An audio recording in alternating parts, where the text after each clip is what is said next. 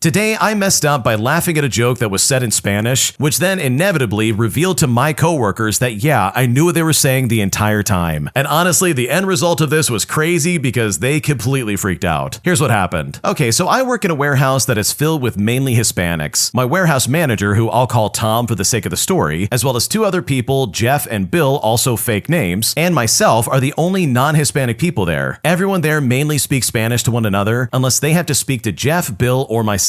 Tom is fluent in Spanish and speaks to them in Spanish usually, but obviously speaks to us in English. When I got hired, my warehouse manager brought me around and introduced me to a few people, and with my background in warehouse management, I got hired as a team lead. Well, as a non-Hispanic person and younger than almost everybody around me, I stuck out a lot. I didn't really mind, and I knew they would get to like me eventually, especially once I told them that I was married into a Hispanic family, and I had aunts and uncles who were also Hispanic. I was also excited to speak to them in Spanish, as it is my second language, and I always enjoy being able to speak it. Well, during my tour of the place, I got introduced to Jeff, Bill, and other people I will be managing, but before I got around to everyone, there was side remarks from people saying in Spanish after walking away about how it's stupid that some young white boy is going to help manage a large group of Hispanics. Jeff and Bill, who were on the tour with Tom and myself, explained how they would be bullied at times for not speaking Spanish, and the others would constantly talk to them first in Spanish and then say sorry and switch to English. Tom hired me specifically because of my past work with him and because he knew I understood Spanish, but also understands the majority of the people who work there are fluent in Spanish as their first language and would not respect someone who doesn't understand it, which is exactly why they bullied Jeff and Bill at times. I understood the situation and I did not mind, because honestly, it would make me mad too if someone got hired to run a team that mainly spoke Spanish and he didn't speak it himself. However, they didn't even give me a chance to let them know that I can before judging me. After the tour, Tom and I sat down in his office to go over the job, and we spoke about the part about me speaking Spanish and them automatically thinking that I don't know. He said that it's a typical warehouse where they will haze the new guy to make sure he's a good fit, but they are all really decent dudes who work there. So we jokingly agreed that we would joke with him back by not telling them that I can speak Spanish, but only knew certain words to get by in the warehouse. Well, cut to about 9 months onto the job. I've been doing a good job by this time leading my team. They respect and follow my lead for the most part. However, they speak their minds in Spanish about me to my face. At first, I found it disrespectful, but after a while, I used it as a tool to help me manage them. Well, one day, while a group of us were in the bathroom, someone was telling a joke in Spanish. I was busy eating my lunch by myself as usual, not really paying attention to what was being said. And the person who was telling the joke is the usual class clown, but at times his humor could be a little immature for the other guys. But you know what? I found most of it really funny. Well, during this particular joke, no one got the punchline, but I did. But not only did I get it, I laughed really hard and no one else was laughing but the guy who told the joke. And when I did that, the entire room looked at me puzzled. I had nothing in front of me. No book, no phone, literally nothing. There is nothing I would be laughing at other than what he said. At that point, a few of them then started to crowd me, and one started to talk to me in Spanish asking if I understood them. I pretended to be clueless until they got closer and closer till they literally had me cornered. He, again, very close and tough-like, asked me again if I understood them. And if I lied and they found out later that I lied, they would kick my butt. Now, to tell you the truth, I'm much smaller than him, and the person saying this was a felon. And no, not all felons are dangerous and bad people, as a lot of the people working there were just ex-convicts. But I knew him well enough to understand he was serious. So I spoke back to him in Spanish. When I did this, the room got crazy, and the whole lot of them realized they had been talking crap to their superior's face for like the past 9 months. After a long talk with them, they calmed down and actually thought it was hilarious, and I now have a lot more respect from them, and I now talk to them in Spanish all the time. Oh man, that is so funny to me. I wish I could do that at least once in my life. The only language I know is English, and man, I wish I knew another language. It would be so cool, especially for situations like this, man. Like, that would not only be really fun, but it also like expands your worldview and you're able to enjoy so much more in life. So yeah, I love this story so much. I love the fact that they got caught, and I really love the fact that they were all pretty cool with it, because obviously at the end there, things were getting really tense, and I'm glad it worked out for you and you didn't get beat up. If you like Am I the Jerk, you're probably going to love Am I the Genius. Check it out, link down below in the description. Also, go to amithejerk.com/submit if you would like to submit your own stories. Today, an entitled Karen tried to cut in line at a T-Mobile store, saying that because she's a nurse, she deserves to go first, putting my spouse and the other people in line in probably the weirdest position they've ever been in their entire lives. Here's what happened. Okay, so this happened literally 2 hours ago. My spouse is first in line this morning for the T-Mobile Pink Blanket giveaway, and there are approximately 12 people behind him in line for the 10 o'clock in the morning store opening. A short lady comes up to the front of the line and announces that she's going to cut in front of everyone because she has to go to work. Ladies go first.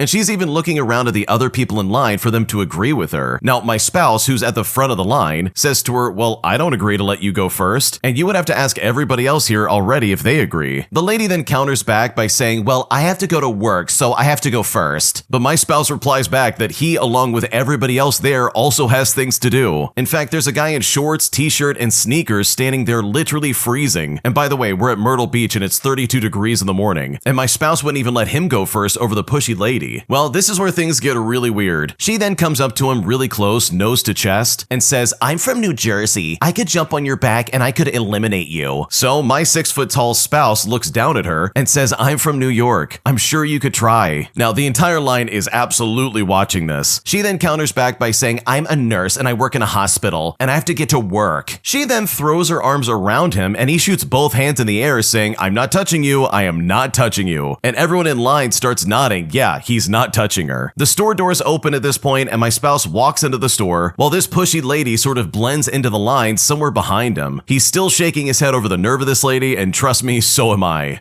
Oh my gosh, that is some crazy behavior. Seriously, this lady put her hands on this guy by wrapping her arms around him. Like, what are you doing? If someone did that to me, I'd probably lose it and probably push them away pretty quickly because no, you do not have a right to touch me. That's not gonna happen. I don't care if you're a nurse or standing there in shorts like that other guy. If I'm standing first in line, congratulations, you gotta get behind me. This lady's also acting like she's the only person in the world that works. Like, dude, what are you talking about? There's a whole line of people that have employment and they're also standing there waiting to get their stuff. Why are you suddenly so much more important than everybody else in line? Like, what's going on? So yeah, that lady was super entitled and her attitude was just really gross. Am I the jerk for making other gamblers at my table lose money? Because after the dealer didn't do their job at a casino I was gambling at, 2 other people lost money and got pissed off at me. And at this point, I'm not sure if I made a mistake by saying anything in the first place. Here's what happened. Okay, so this happened a few months ago, but I told this story to some friends yesterday, and they were kind of split across the board on if I'm the jerk or not. For a bit of context, I'm playing Ultimate Texas Hold'em at the casino, and while you don't need to know the details on how to play, you do need to know that there are multiple bets on the table. And in order to win the ante-bet, the dealer must qualify with a pair or better. You also must play bet, which is just your hand against the dealer's hand. You're not playing against other players. You're playing against the dealer itself, kind of like blackjack and other table games. I don't know what the other players are holding, but I do know that I have 2 pairs and the dealer only has 1 pair. He doesn't see his pair, so he starts going through the table and giving players their ante-bet back because he did not qualify. I then stop him and I say, no, you did. You have a pair of 3s. He then looks at his hand again and says, oh, I did, and then apologizes to the table. And when that happened, the other players immediately got mad at me. He then flips over my cards, 2 pair, and I win $100 because of my bets, 50 from the ante and 50 from the play bet. And the other players lose like $30 and $50 respectively because they lost both the ante bet and the play bet. Now, here's where the issue really comes into play. If I did not call the dealer's hand, I would have only won like $50, and the other players would have won $15 and $25. They would have won their play bets because their high card beat what the dealer thought he had. Usually, you never want to be the one that costs players money, but I didn't know what they had. I just acted instinctively when I saw he was holding back the ante-bets. I don't know if the dealer would have caught his mistake because he didn't complete his routine, and some people have said the eye in the sky would have caught the issue and come down and compensated me for my money. I also know that if I was in the last position to show my cards, I wouldn't have called out the pair because I would know what the players had and wouldn't want them to lose. I'm not sure how this would have worked out if the dealer already gave them their money because this type of issue is really rare. The 2 other players left the table because of what they said was poor table etiquette by me, but I'm not a novice. I know there are some table etiquettes with things like blackjack and other games. As I said, I talked to some friends last night at a party and half of them agreed with me that I should only worry about my money and not the entire table. But the other people said that I shouldn't do the dealer's job for him and that a push is better than a potential loss for the others at the table. So seriously, help me out. Am I the jerk here because I don't know what to do?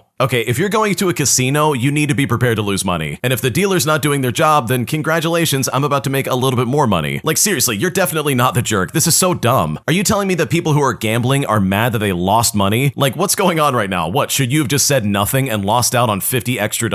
What are you, their girlfriend? Like, that's not gonna happen. Why would anybody do that in a situation where it's like, yeah, this is a casino, we all signed up for the same thing, meaning that you want to win as much money as you can, because why wouldn't you? So no, anyone saying you're like a jerk here is completely wrong, because if I was in your shoes, I would probably do the exact same thing. An entitled boomer literally storms out of my store, all because he had to wait 5 minutes until I could serve him coffee. And it's honestly left me scratching my head because I simply can't understand why people act like this. Here's what happened. Okay, so I worked as a barista at a cafe. It was still morning and business was slow, and I was the only staff present for a brief moment while my coworker was away to pick up some stuff from our storage room or whatever. But of course, it was only a matter of a few minutes until something went wrong. I was busy making a latte when a guy in his 20s walked up to the register. I told him that I'd be right with him after this coffee was done, and honestly, I thought it would be no problem. I put the coffee out and I went back to the register to serve the guy, but in the meantime, a grumpy boomer came in and wanted to order right now. I said that I'd help the gentleman in front of him first, and then I'd be happy to take his order afterwards. The first guy then gets assisted with a very simple and quick order and leaves, and then after that quick interaction, it's the boomer's turn. And I kid you not, the moment I say, "How can I help you?" he grunts and storms off, all because I took too long. And it really makes me wonder, like, why do people do this? One summer day when schools had just opened again, a bunch of high school students came in, and they were all polite and well behaved. And then a couple hours later, a similarly large group of boomers came in, and I think I could count on 2 fingers how many times that group said hello, please, and thank you. At least kids these days recognize service staff as fellow human beings, because the way I got treated by these people is just unacceptable. Oh man, that is honestly so annoying. I'm not saying all boomers are like this, but man, I've run into my fair share of people who act like that, and honestly, it's annoying. You're literally just trying to serve them, and they're like, no, I want to be served right now. I'm not gonna wait for anything. And that just is not how the world works. Like, I'm sorry, you gotta wait in line. You're not a VIP just because you're old, and you never will be, so just get in line like everybody else and stop being a problem. My entitled manager starts barking orders in the middle of service at the restaurant I worked at. And despite the fact that I tried to ignore her just to do my job, eventually I had had enough and decided to maliciously comply, doing everything exactly as she ordered it, which eventually led to the entire restaurant coming to a screeching halt. And honestly, it was incredibly satisfying watching this manager cry in a corner, because she knew that she messed up and she didn't know how to fix it. Here's what happened. So this happened years ago when I was in charge of a restaurant. It wasn't owned by a chain or anything like that. This was owned by a couple who had 2 restaurants, both different, and a bar in the lobby of a movie theater. We had quite the busy day, so one of the site managers, who in essence was basically supervising all 3 locations, came in to help us out. On that day, I ran the kitchen, I was ordering the boss's son around, and there were, I think, 5 people running service. Now, this manager was appalled by what she perceived as chaos, but in reality was actually a well-functioning team. And it was here that she decided to put down the manager law. She then started ordering me around to do this and that, and to make sure everything else gets done, and all this other crap. Now, at first I just ignored her. That is, until she made it impossible by standing right in front of me barking her next order. So you know what? I said to myself, okay, game on. Every time she ordered me to do something, regardless of what I was doing, I dropped it and I jumped right onto it. So if I just happened to be grilling some burgers and she ordered me to clean something, then sure, right away. I'll clean the workbench, but guess what? The burgers are going to be charred. If I'm plating up, but she orders me to run a few loads of dishes in the dishwasher, then sure, there's going to be cold food, but some more clean plates are going to be there. Now, as you can probably guess, it took almost a full hour for things to completely fall apart. And I mean completely. No food coming out of the kitchen, service grinding to a halt, and yes, she completely messed that up as well. And said manager was sitting in a corner crying. It took me about a half an hour to get things back on track once I got the owner to remove the manager from the restaurant, because what she was doing was not helpful, but honestly, I was really happy to add to the chaos. Okay, I love this so much because you literally said, oh, we're burning the house down? Fine, let me get some gasoline. Like, this is hilarious. I can't stand when someone walks in and tries to act like they know the functions of my employment, especially if they're like at a manager position and they've never been down in the weeds of what I do or anybody does on a daily basis. Like, the rest of us are hardworking people, meanwhile some idiot's coming in and being like, oh no, this is unacceptable. This kind of chaos will not stand under my rule. And then she goes around and just destroys everything and ruins it and then cries in the corner. So I love what the original poster did. did. I would have loved to have done this at previous jobs where I've dealt with that, because managers like that are the worst and they need to be shut down. Would I be the jerk if I called the cops on my mom after she quite literally robbed me by taking all of my groceries out of my fridge? Because now, after missing literally several hundreds of dollars worth of food, I'm at a point where I'm considering calling the cops because right now I really don't know what else to do. Here's what's going on. Today, my mom came to watch my kids while I had my chemotherapy appointment at the hospital. And once I got back, she very quickly left. I would have liked her to stay for a while because I'm not at my best, but at least my kids had supervision when I needed it. The problem is when I got home, my daughter was hungry. I'm not sure if she wasn't fed lunch or just hungry like usual, but she kept looking in the fridge over and over again. I went to help her get a snack because I had stocked the fridge yesterday with a lot of groceries, including easy-to-eat prepared foods, but every single thing in the fridge was gone. My mom must have bagged up all my groceries and took them home. Like, I don't even have milk or apple juice for my kids. I've called her several times and she isn't picking up. I even called my brother who doesn't live with her, and he said he will speak with her and get back to me. And honestly, he's really pissed off. So seriously, should I call the police? I'm really thinking about it too, by the way, because it's several hundreds of dollars of groceries I needed for the week, and being so close to Christmas, it's hard financially to replace. What should I do? Holy crap, your mom's a terrible person. Let's think about this for a second. She stole from a cancer patient while you were away getting chemotherapy. She literally bagged up all your groceries and cut town, dude. Turned off her phone and probably ran for the hills. Like, what is her problem? Like, I don't know. I think there's probably lower things you can do in life, but stealing from a cancer patient while they're away at a chemotherapy appointment, like, that is probably one of the lowest things you can do in life. Like, good lord, this lady's a piece of garbage, leaving you and your kids hungry and stealing hundreds of dollars worth of groceries. Like, dude, she's a terrible person. So I will say this, if you did call the cops, I wouldn't blame you, but for me, I would take every route necessary to avoid that option. Like, I would call her 100 times. I would say to her, hey, I need my stuff back. You need to give me my groceries back. Please do the right thing. And only then, once I've exhausted every possible option, would I think about like calling the cops. Because who knows, something crazy could happen that maybe she or your kids are just not telling you. But if your mom did steal it and she refuses to like give it back, I think it might be time to escalate this because that is absolutely toxic. An entitled boomer got mad because we wouldn't give him a full refund for a clearly used small rug that he used in his car. And I'm honestly blown away by this guy's stupidity because he simply refused to take no for an answer. Here's what happened. Okay, so today, a boomer brought in a small rug and actually demanded a refund. And for reference, he used the mat as an automotive mat for the feet space in his car. The mat was not meant for cars. It's a simple welcome mat you put on the floor of your home. He told us it made the bottom of his car very slippery and he almost injured himself and wanted a refund.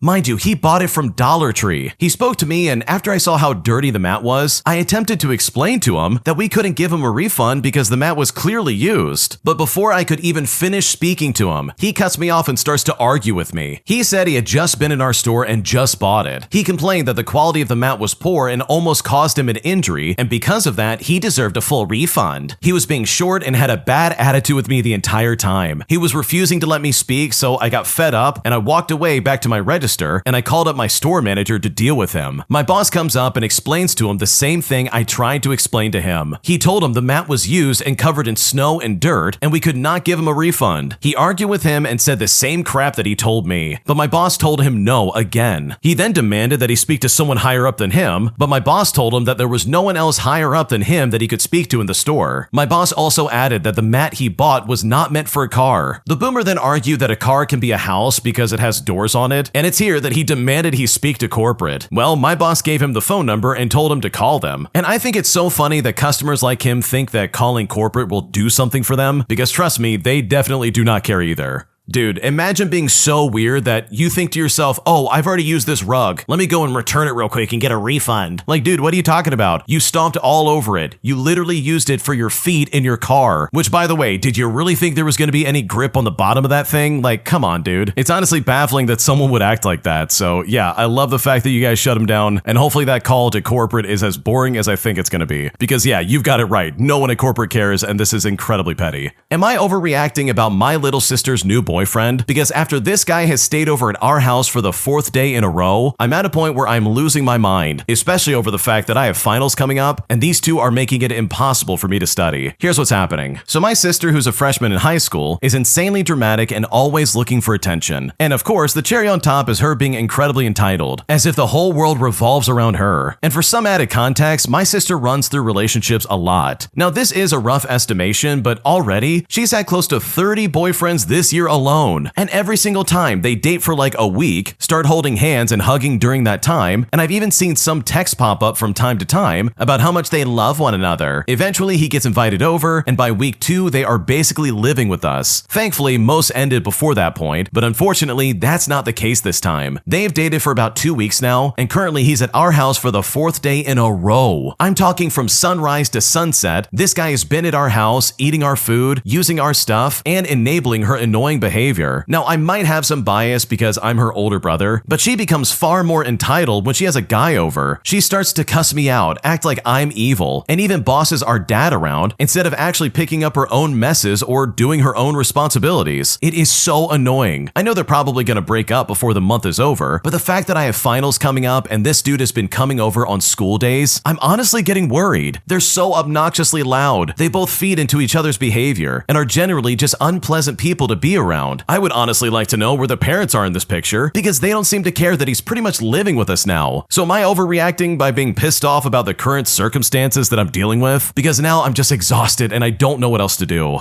No, you're not overreacting. This is weird. First and foremost, I don't remember any of my siblings bringing over their boyfriends and them like practically living with us. Like sure, they would come over and visit, that's normal, but to live there and stay there for like 4 days in a row, that is incredibly annoying, and that is absolutely wearing out your welcome. Not to mention the fact that you have finals coming up, like you don't have time for this. You're trying to study and make sure you got your crap together. Meanwhile, these people are making so much noise that it's impossible to study. And trust me, I know exactly what that's like, and it's super annoying. So no, you're not overreacting. This guy's gotta go. And I know if I was in your shoes, I would go straight to my parents and be like, dude, I cannot stand this. This is the 31st boyfriend in a row. We've got to make some kind of change. Because at this point, this is literally just disturbing your home life, and I just simply don't think that's fair. An entitled Karen breaks into my house, demanding that she use my bathroom as she was having an emergency. But despite the fact that I told her repeatedly that she needs to leave my property, she refused to go, forcing me to call the cops. Here's what happened. This story also came from the Am I the Jerk subreddit. Check the links in the description if you would like to submit your own story. Okay, to kind of set the scene, it was a lazy Saturday afternoon, and I was at home enjoying some peace and quiet. I live in a suburban neighborhood where most people keep to themselves. My house is on a corner, so I get a lot of foot traffic passing by, especially on weekends. At around 2:00 p.m., I heard someone frantically knocking on my door. I wasn't expecting anybody, so I just ignored it at first, thinking that maybe it was some kind of solicitor or something like that. But the knocking turned into pounding, and then I heard someone yelling, "Hello, is anyone home? It's an emergency." So I got up to see what was going on, and I opened the door to find a woman, maybe in her 40s, looking desperate. She immediately blurted out, "I need to use your bathroom. It's an emergency." When she said this, I was taken aback. I didn't recognize her, and she wasn't giving off the best vibes. She had this intense, pushy energy that honestly made me very uncomfortable. I told her I was sorry, but I didn't feel comfortable letting a stranger into my home. She then started getting very angry, saying things like, "What kind of person won't help somebody in need? I'll be quick, I promise." But I stood my ground, and I told her that there was a gas station just down the street that she could use. But before I could react, she pushed past me and ran into my house, heading straight for the bathroom. And I was completely in shock. So I followed her, telling her to get out, but she just slammed the bathroom door shut right in my face. And right then and there, I didn't know what to do. I felt violated in my own home. So I grabbed my phone and I called the police. I stood outside the bathroom door, telling her that I had just called the cops and that she needed to leave immediately. But she yelled back that I was being ridiculous and that she would be out in just a minute. Well, the police arrived quickly, and when they did, she finally came out of the bathroom acting all indignant. She tried to argue with the officers, saying that I was overreacting and that she just needed to use the bathroom. But the cops thankfully were not having it. They escorted her out of the house and gave her a stern warning, but they didn't arrest her. But now I'm left wondering if I did the right thing. Some of my friends think that I overreacted by calling the cops, saying that I could have just waited it out and let her leave. But others think I'm completely justified considering that she broke into my house. So am I the jerk for calling the cops on this lady? What should I do? Wow, this is crazy crazy that anybody in your life would be like, wow, you overreacted. You should have just waited for this lady to get out of your bathroom. It's like, no, that's not how this is gonna work at all. For starters, she literally broke into your house and was like, out of my way, I need to poop, or whatever she was gonna do. Like, that in and of itself is already jarring. Like, I can't imagine someone coming up to my house and suddenly saying, oh, it's an emergency, you need to let me in right now. Like, that would make me immediately suspicious. I would not think they have good intentions in the slightest, and I would assume, oh yeah, they're definitely gonna rob me or something like that. But more importantly, just look at the way she acted. This lady broke into your house. She literally pushed her way past you to go to the bathroom. And it doesn't matter if it was an emergency or not. That doesn't give somebody a license to break into your house and do whatever they want. So no, of course you're not the jerk here, and of course you didn't do anything wrong, because this lady could have been insane. And I really think that calling the cops was the only option in this scenario. If you like Am I the Jerk, you're probably going to love Am I the Genius. Check it out, link down below in the description. Also, go to amithejerk.com/submit if you would like to submit your own stories. My boyfriend's crazy mom is always blowing up my phone at 2 in the morning, trying to get me to wake up my boyfriend, as he tends to sleep in for his family business. And after dealing with this, as well as her controlling attitude all the time, I'm seriously at my wit's end, and I now don't know what to do. Here's what happened. Okay, for a bit of context, I'm a 28-year-old female and my boyfriend is 25. Overall, our relationship is practically perfect, and I actually have zero complaints about him at all. But when it comes to his mom, she is absolutely crazy. For starters, he owns and operates a family business with his dad, and when he oversleeps his alarm, which is almost every single day, his mom blows up my phone to try and get me to wake him up, I guess. Now, for further context, my boyfriend is Mexican and I'm white. When we first got together, he jokingly warned me about how Mexican moms are super clingy with their sons, but I wasn't concerned as I felt like I'm a great partner and super likable. His dad speaks basically zero English and his mom speaks very basic English. Like I mentioned, he and his dad own and operate a family business where their shifts start anywhere from 1 o'clock in the morning all the way till 4 o'clock in the morning. After my boyfriend gets off his 12-hour shift, he also usually repairs the equipment with his dad a few times a week. This saves them a lot of money on mechanics work, but it is extremely draining, and they're literally working a 12 to 18-hour shift 6 times a week, sometimes working on Sunday too. And this work will sometimes last until super late in the night, even 11 o'clock p.m., and then they have to start working again at like 2 in the morning. So needless to say, they do an insane amount of work. When we first dated, we lived an hour away, but would hang out multiple times a week after we both got out of work. I would always tell him to feel free to cut off our hangouts whenever he needed to. That way he could get some adequate sleep for work. But during our hangouts, his mom would blow up his phone, just calling over and over again until he would finally just answer and say that he's coming home soon and not to worry. I met his parents about a month into the relationship. We went to eat and it was decent, but neither of the parents really talked to me throughout the whole dinner or even asked me any questions. I tried to ask the mom a few questions and we had no problem communicating, but she was pretty short. I also bought her a bouquet of flowers I made, as first impressions are everything. At the end of the dinner, she commented how he always comes home so late now. I just laughed and said I always tell him to go home, but he doesn't. And then I said, please let me know if you ever want his number, if you ever don't know where he is. Now she just laughed but did not take my number. I hung out with the family for the last New Year's, and it was alright, but a boisterous family friend made a comment about my man's mom when they were taking family pictures, and they said to me, see, she's gotta get family pictures without you. Didn't you know she's super jealous? Now the family didn't notice as they were just taking pictures, but I just kinda laughed it off. If it matters, they did include me in one picture. So it was a weird comment, but honestly, I didn't think much of it. We moved in February of 2024, which was a small 20 minutes away from his parents' house and the business location. He said his mom tried to discourage it, and I know it was pretty fast, so I kind of understood. But as it got closer, she would be crying and begging him not to go, and even offered to pay the deposit he would lose if he backed out, but he decided to stick with it. As soon as we moved in, I discovered his problem waking up on time for work, and I'm guessing his mom would be the one to force him to wake up for work when he was living at home. He falls asleep almost immediately whenever he is idle for too long. He will sleep for long periods of time when out of work, and will sleep through his alarm for almost 2 hours straight every single day. In my opinion, the poor guy is chronically fatigued. He literally works nearly every day a week at 12 to 18 hours a day. He is absolutely exhausted. Also, if he starts late, sometimes there might not be time to finish all the loads he hopes, but other times the demand is slow enough that whether he starts at 2 o'clock in the morning or 5 o'clock in the morning, he is still finishing all possible loads. So it mostly affects what time work is done and what time he can start working on the equipment with his dad. I do try and wake him up a little because the alarms are annoying, but I also let him sleep because I feel bad for how tired he is, and also because it's not safe to be driving extremely sleep deprived. Now, back to his mom. I always felt like she never really liked me. The handful of times that we hung out, which was always just going out to eat, it just feels extremely awkward for me, and the family just speaks Spanish the entire time, and I'm mostly just sitting there the entire meal, either on my phone or sometimes talking to my boyfriend when he talks to me. I always had a problem with the extreme lack of conversation between me and the mom because I always thought it was weird to invite me to a meal and just exclude me the whole time. In June, we went to dinner again, and I thought his mom was finally warming up to me. She was asking me questions, talking to me about what her youngest son was up to in school, and I honestly felt really good. At the end of the meal, she asked for my number, so I really thought we were warming up to each other. Well, 2 weeks later, she started calling me at 3 in the morning when he oversleeps. I personally have my phone on silent, so I never answer or respond the next day as I don't see a reason to. On the 4th of July, I went to a small barbecue with my boyfriend's family and his family friends. And trust me, this went so bad. As soon as I got there, the host's older mother was asking my man how it is living with me, as well as asking what I cook for lunch, but all of this was in Spanish. And I just know they're talking about me because she keeps gesturing to me and you can just honestly tell. They then ask in English, what kind of things do you make for him? Now, I'm an incredible cook, so I pulled out an album I had ready of gorgeous, colorful plates. And right when I do that, they start speaking Spanish again. And then in English, they start laughing. They say to me, you need to start making lunches for his dad too. And I thought it was dumb, but I just laughed it off. Apart from those two sentences, almost nobody says anything to me. At this point, this lady and my boyfriend's mom keep asking him things, talking amongst themselves and laughing a lot, and I'm just on my phone the entire time. I texted my boyfriend that I know they're talking crap about me, and he says they're not talking crap, it's just the way they banter in his culture. Unfortunately, I cry super easily. I felt very uncomfortable sitting there, not knowing what anyone else was saying, and even though I tried not to, my eyes welled up and I just had to get up and go to the bathroom. The wife half of the hosting party comes to comfort me and says she confirmed that nobody is saying bad things, but said that to be honest sometimes, she sees my boyfriend's mom giving me looks. We have a good talk about how it's hard to win over crazy moms, and I then went back to the barbecue. When I get back from the bathroom, the mom is sitting with my boyfriend, and my boyfriend says to me, my mom wants to try your cheesecake, let's get some, shall we? Which was really weird, because why wouldn't the mom just tell me to get the cheesecakes? Also, then eventually everybody tried them, and I got a lot of compliments on them, but my boyfriend's mom just sat there still not talking to me. When we left, we did say the host's mother was basically asking if I can't cook since I'm white, and if I only make frozen food. My issue is that these people make absolutely zero effort to get to know me, to make me feel genuinely included and welcome. The speaking Spanish part only bugs me when I feel like they're cracking jokes, where I just can't even defend myself, or even know if that's what's being said in the first place. I left the 4th of July feeling super upset, and basically said I never really want to hang out with his family ever again. He says the way that they are is just their culture, but I tell him that I'm sorry, but I'm just used to people of all cultures treating me with basic decency and some kind of effort in the very least in getting to know me just a little bit. Overall, he said that's fine, and that what matters in the end is me feeling comfortable because I'm his partner that he wants to marry and that I come first, which satisfies my uneasiness about his controlling mother. Ever since then, I have not seen them, but his mom has been calling me so much when he oversleeps. Like we're talking 8 times in an hour. I have her on her very own special mode of do not disturb so that I don't get disturbed by her phone calls, but I'm getting irritated with her feeling entitled to call me at these insane hours. Should I tell my boyfriend to tell his mom to stop calling me for work-related issues? Should I text her myself? I mean, should I just let her keep calling? What should I do? Okay, I can completely understand where you're coming from, where you're like, okay, his mom is kind of crazy and a little bit controlling. But also, what is the boyfriend doing to try and fix this situation? Like seriously, this is a grown man. This guy's 25 years old. He absolutely should be able to wake up on time for work. Why are you being saddled with that responsibility? Like that really is annoying. It's like, come on, you can't have your mom wake you up all the time, can you? Because the original poster should not be taking that place. So to that end, I can kind of understand why the mom is calling you, because maybe she thinks that you can help him get up on time. But in my opinion, this problem begins and ends with your boyfriend. He needs to not only talk to his mom about stepping off and stepping back, but also figure out his sleep schedule and his work-life balance. Like this all seems incredibly unfair to you specifically across the board. And I know if I was in your shoes, I would be very unhappy happy with the way I'm being treated. Am I the jerk for kicking my sister out of my wedding after she refused to follow the color scheme? Here's what happened. Okay, so I'm a 25-year-old female, and when I was 9 years old, my parents adopted my sister, who we will call Jen, who was 7 years old at the time. Jen was thin and fearful due to being neglected, and we did everything we could to make her feel loved. We bought her lots of toys, and basically everything Jen wanted, she got. When my parents asked me to move to the smaller bedroom so that Jen could have her own room, I was happy to do it. When they asked if I would let Jen pick the decorations and cake for my upcoming birthday, I agreed as well. I was so happy to have a sister, and I understood why my parents gave her special treatment. Only the treatment didn't stop. For years, every trip we went on, we had to do what Jen wanted to do. We had to eat exactly where she wanted, and she got to plan all of my birthday parties. If she didn't get what she wanted, she threw a tantrum. I still felt loved and cared for by my parents. I mean, they drove me to practices, bought me things, cooked meals for me, spent genuine family quality time, and gave me advice. But I always seemed second to Jen. As I got older, I did anything I could to leave the house. I got my first job when I was 12 years old, and I even vacationed with my friends instead of family. I played 3 different sports, and I did band. And I took my driver's test the day I turned 16, and I bought a car right after that. And I even went to college on the other side of the country. Now that I make good money, I do things that I missed as a child. I take fancy vacations and throw elaborate parties as I please. And my wedding was no exception. My fiance and I wanted everything to be perfect. And with that, we thought it would be fun to have a color scheme. My favorite color is yellow, and his is blue. So my guests would wear yellow, and his would wear blue, with any mutual friends wearing green. I picked out a dress with green embroidered details, and he picked a boutonniere with green flowers. When Jen found out about this, she was mad. And I didn't actually know this, but she hates the color yellow as it supposedly washes her out. She told me under no circumstances would she ever wear yellow. Now, when she said this, I just shrugged, and I said to her, okay, that's fine, but I would kick you out if you did not wear yellow. And after I said that, there was no further discussion. But fast forward to my wedding day, and Jen came in a purple dress. And right then and there, I told her to leave immediately. The color scheme was perfect, and she literally ruined it. Now, when I said this, Jen refused to leave. That is, until I threatened to call security. The rest of the wedding went smoothly, but afterwards, my parents were furious with me for kicking Jen out. I told them that I warned her she would be kicked out if she didn't follow the color scheme, but they said they all thought it was a joke. They said it was cruel of me to kick my sister out over something so trivial, but I told them that this was my wedding that I threw without their support, so I can kick whoever I want out. My fiance came rushing up to defend me, and even told my parents that they should be ashamed of how they treated me. But over the past few days, a lot of people I've talked to, namely my grandparents, aunts, uncles, friends, have all had mixed opinions. Some say that they would not have even invited Jen if they were me, while others are saying that I should have just let it slide. So honestly, am I the jerk for kicking Jen out of my wedding? What should I do? No, I don't think you're the jerk at all, because I think Jen was trying to be like, oh yeah, I'm gonna get exactly what I want today. Like seriously, if there's some kind of like dress code or color code at a wedding, the very least you could do is follow it. And it's not like Jen didn't know about the color scheme or any of that other garbage. She knew exactly what she was doing going to that wedding. She showed up in a purple dress because she wanted to stand out and literally take away from what you were trying to do. And that, in my opinion, is completely unacceptable. So no, you're definitely not the jerk, and I know if I was in your shoes, I would have done the exact same thing. Am I the jerk for calling out my husband and his parents after they tried to embarrass my stepdaughter in front of her friends? Here's what happened. So my husband's parents stayed with us for a few days, and the other night, we had an issue that resulted in my stepdaughter being angry, me being angry, as well as my husband and them getting angry. I met my stepdaughter when she was 6 years old, and I started dating my husband when she was 5, with us getting married when she was 8. Now, I'll admit, when we first met, knowing that her mom had passed away, I thought I would be filling in as a mom-like or at least a second mom type of figure. In my heart, I wanted to be her mom, and for her to be my daughter, but it was clear before we got married that it wouldn't happen. She was actually very resistant to being around me. I told my husband that we needed therapy together before we got married, because she had to be okay with things and we needed to figure out what our family dynamic would look like. I won't bore you with the unnecessary details, but she didn't want me to replace her mom. She was already very insecure about me being around because her parents hadn't been together when her mom passed away, which to her meant that she was alone loving her mom. But she knew what we wanted, for her to love me and see me as another mom. But it scared her and it made her sad. It made her tummy hurt, to quote my stepdaughter. But through therapy, we figured out what the relationship would look like. My husband would be the parent and I would be an adult in the home and be a safe person for my stepdaughter. My husband would keep the one-on-one time with my stepdaughter, and we would spend some time together naturally over time, and in the way that worked best without forcing it. My stepdaughter would call me by my first name, and I'd call her my stepdaughter and not my daughter. And eventually, we worked it all out, and we have been good with all of that. She and I have a good relationship, and she's a sweet big sister to her half-siblings. It's all very normal. Then, a few days ago, my stepdaughter had brought friends into the house rather quickly, and these were some new friends. She introduced all of us, including me, by my name, but my mother-in-law told her that she could say more than my name. Well, she told them that I was her stepmother, technically, but more of a friend. Then, my husband and his parents interrupted and said that she should be more generous than that, and that I'm the only real mother she's ever had in her life. And they started to say how grateful she should be to have someone like me as a mother. Well, when she started crying, I told them to stop. I said that my name had been fine. They should stop pushing and trying to humiliate her. My stepdaughter told my husband that she always knew he thought her mom was worthless, but she doesn't. I told her to go get ready and have fun, and I gave her some extra cash. And then an argument broke out between me and my husband and the in-laws. They felt I should appreciate the gesture of defending me, but I told them it wasn't defending me. It was done to humiliate her enough into introducing me how they wanted. My husband regretted his action afterwards, and I told him he'll have to do a lot to make up for it. His parents, however, feel I was cruelly unfair to them, and I should not have snapped at them like I did. So am I the jerk in this situation? What should I do? Okay, your husband and the in-laws are completely out of their mind. Why on earth would they ever be like, wow, you should be more grateful to your stepmom. She's the only real mother you've ever had in your life. Like, what in the world is going on right now? That is so rude. You don't say that to a child. Literally, a child who lost their mother. For literally anybody to make that kind of statement and then try to fall back and be like, wow, you were really cruel towards us. That is not only incredibly delusional, but that would be like the only time I ever deal with that, because there's no way anybody's gonna treat this kid in that manner. Like, you guys came to a consensus. You basically figured out what works for all of you, and everything was normal. Like, things really were working out. So for them to step in and be like, no, you have to do it this way. You need to be more grateful. Like, that is crazy to me, and I can never understand that kind of rationale. So no, you're not the jerk, and in my opinion, your husband and the in-laws absolutely need to apologize to her. An entitled Karen steals my breakfast on a cruise line, demanding that I give my breakfast over to her. So I decide to maliciously comply by allowing her to eat it, despite the fact that I had packed that food full of hot sauce beforehand. And I've honestly never been happier to unintentionally give out revenge to anybody in my life. Here's what happened. Okay, so I was on a cruise, and it was the first morning of a 2-week trip to New Caledonia and back. Also, it was my first solo vacation. Now, I'm a chunky guy, and I do love a good buffet, but especially a breakfast buffet. It's the pinnacle of human civilization, and I think it's the greatest achievement of humanity. Anyways, this morning I attacked the buffet with everything that I have. And one small note, as it will be important later on, is that I'm vegetarian, and I have been for about 30 years. And no, I'm not pushy or judgmental about it, and nearly all my close friends eat meat, but it's just not my thing. So I got myself 2 plates loaded with food. I also noticed that the Mexican food station of the buffet had a wide variety of hot sauces. So, as a man who likes his food a bit spicy, I thought I'd try just a little bit of everything. I found a table, I put my plates down, and then I ran off to get some coffee, some water, and some orange juice. And as you can probably tell, I wanted my first cruise breakfast to be as big and as epic as possible. Anyways, I come back 3 minutes later, and sitting at my table about to dig into my plate of food is the entitled Karen of this story. I look at her and I say, "Excuse me, ma'am, but that's my food. I literally just went to get coffee." She looks at me and says, "Could you let me have it? You're young and you can stand in line. I'm old and I can't get around well like I used to. I would appreciate it if you would let me eat your food." Now, this was my first day on a vacation, and I didn't want to mess it up by starting a fight with an old lady over free food. So you know what? I just let her have it. Also, I'm a bit of a germaphobe, and a person that I don't know had a knife and fork in my food, so I wasn't going to eat it anyways. I looked at her and I said, "Okay, but I must warn you, I used a lot of hot sauces on that, so the food may be a little bit spicy." She looks at me and says, "That's okay. I've been around the world. I can handle spicy foods." And with that, I went back around hitting up all the different stations of the buffet, and this time filling up a single plate. As I'm in line for an omelet, the same entitled Karen comes up and starts ranting. She says to me, "Are you trying to unalive me? There were so many hot sauces in there. Your meal wasn't fit for human consumption. And why didn't you get any bacon? What kind of person doesn't have bacon for breakfast?" She then kept complaining to literally anybody who would listen to her about how I was trying to take her out with the hot sauces, and how my food, which I picked for myself by the way, was completely inedible for her. So I just grabbed my omelet omelet and I found a new table. I felt bad all my other food was wasted, but thankfully this was a big ship, and I didn't have to deal with this entitled Karen ever again. Okay, this story's hilarious to me because you literally got revenge on this lady without even meaning to. For starters, who in their right mind would walk up to someone's plate and be like, I'm gonna eat all of this. This is my food now. I'm old. You can get more food. Like, seriously, what is wrong with her? Like, at this point, she deserves to eat all those hot sauces. Did she really think it would be a good idea to walk in there and be like, oh yeah, I'm gonna take the first person's food that I can see? Like, I don't know about you, but that's the last thing on my mind when I go to a buffet. I don't want someone else's plate. I want my plate. Like, was she literally sitting around waiting for someone to put down their food and be like, okay, now's my time to strike? Like, what is wrong with her? Why not just get in line and get your own thing? Or even ask like a staff member to be like, hey, I'm old and I can't walk. Can you please make me a plate? I would really appreciate it. Because that would have made so much more sense than stealing from somebody else who you literally just met. Like, why take his food when you can quite literally get your own? It really just doesn't make any sense to me, and I think she got exactly what she deserved. So honestly, I'm kind of glad in your taste of food, because the fact that you put all these hot sauces on this without this Karen knowing, in my opinion, is absolutely hilarious, and overall is 100% deserved. If you like Am I the Jerk, you're probably going to love Am I the Genius. Check it out, link down below in the description. Also, go to amithejurk.com/submit if you would like to submit your own stories. Am I the jerk for telling my sister to stop expecting me to play baby daddy for her child? Because right now, I feel like she's asking way too much of me, and at this point, I seriously don't know what to do. Here's what happened. Okay, so my twin sister, who we will call Mary, has a 1-year-old son that we will call Lucas. Now, for a bit of backstory, she had a horrible pregnancy right from the first trimester and had to quit her job since she was spending too much time out of the office. Her ex-boyfriend turned out to be a massive piece of garbage who claimed that Mary had cheated on him and pinned the baby on him. And when my family insisted on taking a paternity test as soon as the baby was born, he agreed but went out for some milk before the due date. After Lucas was born, finances became too tricky with a newborn and with Mary's postpartum complications. She then asked if I could let her stay with me temporarily so she doesn't have to pay rent, and I disagreed. I have an extra room in my house, which I inherited from my grandma, so I don't have to worry about rent either. Well, long story short, it's been tough living with a baby whose mother needs so much more help than one person can provide, and our parents live too far away to be of any help. Anyways, I didn't mind waking up half the time to give Lucas his bottle or staying with him when she needed some time to herself. I also paid for everything baby related. Things like the hospital bills for the both of them, the food, clothing, diapers, I mean, you name it, I bought it. But now that Mary and my nephew are stable enough that she has now resumed working, she started pushing for more. She expected me to keep paying for everything, but I told her it's harder now that I'm not putting in as many hours and I get paid hourly. But even still, she buys nothing and I end up paying anyways. She also thinks it doesn't make sense to pay for daycare when I'm home most of the day, but I ended up paying for it myself when she wouldn't. So on Monday, she asked me to take Lucas to his hospital appointment, and I just said no. I told her to take the day off for that because my job hasn't been doing well lately as I've been spending too much time taking care of Lucas. She pointed out how this is my nephew, and if I adopt kids, I will need to make sacrifices too, to which I said, okay, I will make them when the time comes, but I'm not Lucas's dad, and although I'm happy to help where I can, I shouldn't be expected to change my life for him. So Mary took a day off, but since the appointment, she hasn't spoken to me except for saying a yes or no answer when I talked to her, and she's been keeping Lucas in her room when he's not at daycare. Now, I love the little guy with all my life, and I'm wondering if maybe I took things just a little bit too far. So am I the jerk in this situation? What should I do? No, you are not the jerk, because honestly, it really seems like she's taking advantage of your kindness. Let's look at the facts here. You literally let her into your house, and you said, okay, I will help you out and I will help you get back on your feet. But like, couldn't you argue that now she definitely is on her own feet? She has a job, she's working, and she now, at least to me, seems like she's ready to take care of her kid by herself. Like, I'm just as compassionate towards anybody else when it comes to being like a single mom or dad. Like, I can only imagine how hard that must be, and truly, my sympathy goes out to Mary in the story. But at this point, it really seems like she's taking advantage of your kindness, and she's trying to force you to step in as the father when you definitely never signed up for that. You're just trying to help her on hard times, and that's literally all you wanted to do. So no, I don't think you're the jerk for saying no, and I honestly think it's a good idea that you set boundaries, because the way she's being demanding and now giving you the silent treatment, in my opinion, is so uncalled for, and you definitely do not deserve that, especially considering all the things that you did for Mary as well as her son. Am I the jerk for not telling my sister that I ran into her ex-husband while I was shopping at Target? Because right now she she feels offended, but I'm just left scratching my head if I did something wrong, because right now I really don't know what to do. Okay, so I'm a 30-year-old male, and I got a call at about 12:30 in the morning from my sister who is a year older than I am. She led the conversation with confirming details for a thing that we have later today, and I'm confident that that was just a lead-in because we didn't discuss anything different from what we had already confirmed earlier in the day, so to call me after midnight for that was really not a likely excuse. Well, I didn't have to wait long to find out what the true reason was for her calling. A few months ago, I ran into her ex-husband at a Target self-checkout. The two of them got divorced about a year and a half ago, and they are amicable, but they both seem to hold on to some unresolved feelings. Now, for reference, he and I have always gotten along, and he's also well-liked by family in general, although my younger sister has expressed to me that she has harbored some resentment for some of his behavior around the time leading up to the divorce. I wasn't privy to the details, and I generally have some grace for people not showing up as the best versions of themselves, especially during something as stressful as a divorce. So yeah, we ran into each other. We spoke for a few minutes, we hugged, and then we went on our ways. And I haven't seen, heard from, or reached out to him ever since. However, my sister feels offended that I didn't tell her that I happened to run into him. And to be clear, it's not for any safety concerns or anything of that nature. The phrase that she used was that, oh, it got back to her. And I guess he mentioned it to a mutual friend of theirs at some point, and it recently got mentioned to her. She feels offended and thinks it should have been obvious for me to know that I should have mentioned something like that to her, and that she's disappointed that she had to hear it from someone else. Meanwhile, I'm doing my best to be empathetic, but I'm also thinking like, what are you talking about? I didn't think such a random occurrence warranted me being notified by her. If anything, I can see that she's had some highs and lows in the aftermath of it all, so I was probably less inclined to even bring it up, because if you're in the process of trying to get over someone, me bringing them up for an unimportant, trivial reason seems like it could potentially be triggering. Now, as it is, I don't need all of her requests to make sense to me. If my sister wants me to do that for her, it's honestly no problem at all, regardless of if it makes sense in my mind or not. But I had to exit our phone conversation rather abruptly. Also, I could avoid all of this turning into an argument because I felt like I was being chastised for something I had no awareness of, and I don't think my actions or non-actions were unreasonable or problematic. She's of the opinion that I should have known to alert her of any interactions I have with either of her ex-husbands. I've never been married, but if the shoe were on the other foot, I can't imagine myself caring that much about it. Am I missing something here? Is there some kind of etiquette or protocol for stuff like this that I'm just not aware of? What should I do? Okay, in my opinion, I don't think you're the jerk here, because it sounds like the interaction you had on Target was really pretty straightforward. Like, this really was not that big of a deal, and I just don't think this warrants her being like, oh yeah, I'm gonna call you at midnight. Like, I don't know about you, but that seems really extreme and kind of like a little bit weird in my opinion. Like, sure, it kind of seems like she does have a lot of things going on, and she clearly has some kind of like negative feelings towards her ex-husband or whatever's going on, but that really should not involve you in the slightest. If you were like meeting up with him and going to like baseball games or hanging out together or something like that, then sure, I think that would warrant you having to talk to her about it and be like, hey, I do have like a friendship with him. But this situation is definitely not that. You haven't gone out of your way to meet this guy. You literally just saw him in the Target self-checkout, and that was it. This was literally just a freak incident where you ran into each other in the wild. So no, I don't think you're the jerk at all. And if anything, I think this is just evidence that your sister is clearly still mourning the loss of her marriage. And I think that might be something to consider the next time she comes to you about something of this nature. An entitled jerk makes my life a living nightmare, as he constantly complains that his product he ordered from my company hasn't arrived when he wanted it to. So I decided to maliciously comply by throwing this guy a curveball in a way he will never forget. Here's what happened. Okay, so I've worked my way up the ladder at the company where I work, but when I started, I was a support agent. By the time this story happened, I was a team lead of some kind, but I don't remember which. What matters is that I still worked directly supporting customers, but I also had a fair amount of agency, meaning that I didn't have to ask for permission or assistance to do anything related to my job. We're a software company, but we used to sell a specific small Bluetooth accessory that worked with one of our applications. It came in several bright colors, and we sold multi-packs. This was also the kind of device you might need more than one of, and it was a popular gift. One year during the Christmas season, our manufacturer messed up gloriously. They didn't deliver all of the inventory we were supposed to get, and worse, much of what we did get was messed up and had serious defects on them. It was a horrible mess and a serious detriment to our small company, and I was on the front lines of cleaning it up. We wound up severely backordered at the busiest time of year, having sold units that should have been delivered, but that we either never received or found to be defective upon arrival. We had to contact people and let them know their orders would be delayed until until after the holidays. Some people wanted refunds and other people wanted their items late. We tried to be helpful and bent over backwards to be apologetic, all while trying to keep this debacle from becoming a catastrophe and incentivizing people not to cancel. There was one man who wanted us to perform magic, however. He wanted his order, our largest multi-pack, and he wanted it now. I don't know how many times he contacted us, but I wound up being the only one to deal with him because he would always be escalated to me. I told him over and over again that we couldn't send his order even though we very much wanted to, so we'd be happy to just refund him. If he wanted to wait, there were many others ahead of him to get their orders. Well, he demanded that he get his order done first, and he didn't really care about anyone else that had to wait. He would berate me and try to literally command me to do as he said almost daily for a while. And this is all no matter how many times I explained why I literally couldn't. Eventually, I opened the spreadsheet where we were keeping our back orders, and I moved him to the very bottom. And sure, I was prolonging my own suffering, but this guy had me feeling very petty. After the holidays ended and upper management waged a nuclear war with our manufacturer, the usable stock started rolling in. I bumped a few deserving or eager customers to the top of the list, but mostly I sent them out to order. This guy is the only one I bumped down, but I had something ready for the next time he decided to scream at me. When he inevitably did, I told him we had stock, but others were receiving theirs first, and we had not yet gotten the colors he ordered in his multi-pack. Now, I was sort of planning to do what I did anyways, but he was kind enough to give me explicit permission. He then screamed at me, "I don't care what colors you send. You're gonna send them to me immediately." And you know what? One of our colors included Susan G. Komen pink. The customer was gloriously smug and condescending when I told him we'd go ahead and fulfill his order right away. He definitely thought he had won some kind of victory, but sure enough, the day his package arrived, he sent me an email complaining about all of it. He said to me, "I know I said I'd accept any color, but really? You sent me, a man, an order of nothing but pink? I want these replaced. Send me something else." Well, I told him that's all we had available for him and that conversation was over. And so, as it was, I never heard from this guy ever again. It took a few years before I brought it up, but I've told that anecdote at workplace meetings a few times, including to my boss, the CEO. And I wouldn't take another support job to save an orphan puppy on Earth, but that story was absolutely worth the misery. Yeah, that guy was super demanding and incredibly rude. Seriously, all you have to do is show some semblance of kindness, and in my opinion, a lot of customer service people would probably be more than willing to help you out. At least that's how I felt when I worked those kinds of jobs. It's the people that were like really pushy and rude and condescending towards me that left me with a bad taste in my mouth and very resistant to ever helping them ever again. Like seriously, show me some semblance of like decency and like human kindness, and I will go a long way just to make sure you get what you need. But if you're mean and rude and treat me like dirt, or even act like you're like above me and I'm somehow your slave, like that's the fast track to me ignoring your request and literally putting you at the bottom of the list like this guy did. And for the record, no, I don't think that was petty. I think that's karma working its magic, not to mention the fact that you gave him the brightest pink color he could possibly ever not want. So good for you for getting back at this guy in the way that you did, because his attitude absolutely deserved to get shut down. Am I the jerk for not giving my stepsister my great-grandparents' house, as she claims that she deserves it more than me? Here's what happened. Okay, to make a very long story short, my great-grandparents passed away about 20 years ago, and the house had to be torn down to the studs and rebuilt for several reasons. I'm a 24-year-old female. I was living with my mother in my late grandmother's house with her boyfriend, who is now her husband, and his son, who is about 23 years old. But as tension rose between me and her husband, we'll call him Bob for the sake of the story, as well as her son, who we will call Connor, I decided to move out and get my own apartment. I was tired of being disrespected and made out to be a villain because his son was seen as a perfect angel. I would still come to visit my mother often, but I would leave once either of them got home. Eventually, work finally started on the project house, and basically anything that could be done without a specialist, we did. So me, Bob, Connor, and my mom worked on this house for 5 years. There was a lot of debate regarding who would get the house, either me or Connor, but they decided I would get it because I was living by myself and Connor was refusing to pay rent, which was in a contract he signed with my mom and Bob. And they also decided this for a few other reasons, such as that it's my great-grandparents' parents' house. I have been living in my mini dream home, think maybe a 2-bedroom cottage with about 900 square feet, for about 4 months now. My stepsister, we'll call her Amy, suddenly comes back into the picture because she will date a guy for a few months and then cheat on him and live with a guy she cheated on him with. And she's done this about 7 or 8 times now. Her child is about 5 years old and has been bounced around with her. Recently, she started calling her father, who is Bob in the story, and asking to move in with him, but he said no, as there's no room for her and a child, let alone her horses. And trust me, she cares more about her horses than her own kid. Fast forward a week, and she's calling again saying, okay, is Sunday okay for him to come pick up the trailer? And Bob asked her where she thinks a huge horse trailer would go. And that's when she says that it's gonna go behind my house. But Bob said that she would need to ask me if that's something that I would want behind the house in the first place. Eventually, she goes quiet. She says to me, can you ask her? She'll just say no to me. But it's like, are you kidding me? You literally just answered your own question. So Bob ends up laughing and says, well, I think she hates me more than you, so good luck with that. Another week goes by and she throws another fit, this time demanding the house. Because according to her, why should I get to live in a nice 2-bedroom house when I don't have any kids or even a boyfriend? Now, her mom, who is Bob's ex, is taking Amy's side and yelling at Bob to give Amy the house. But Bob ends up getting into a fight with the mom about it because it really doesn't seem fair. Now, mind you, I am the only child who has had to work for everything. The house is the only thing I ever got handed to me, and I helped pay for most of it because it was what I wanted. They get whatever they want whenever they want. That is, except for the house. So am I the jerk for putting my foot down and telling my stepsister that she cannot kick me out of my own house? What should I do? You are not the jerk, and I can't believe she even tried to assume that you should leave and she should take it. Your stepsister sounds incredibly irresponsible and very entitled. Like seriously, who's gonna walk up and be like, oh, give me the house, I deserve it, as if her having a baby out of wedlock, as well as cheating on multiple guys,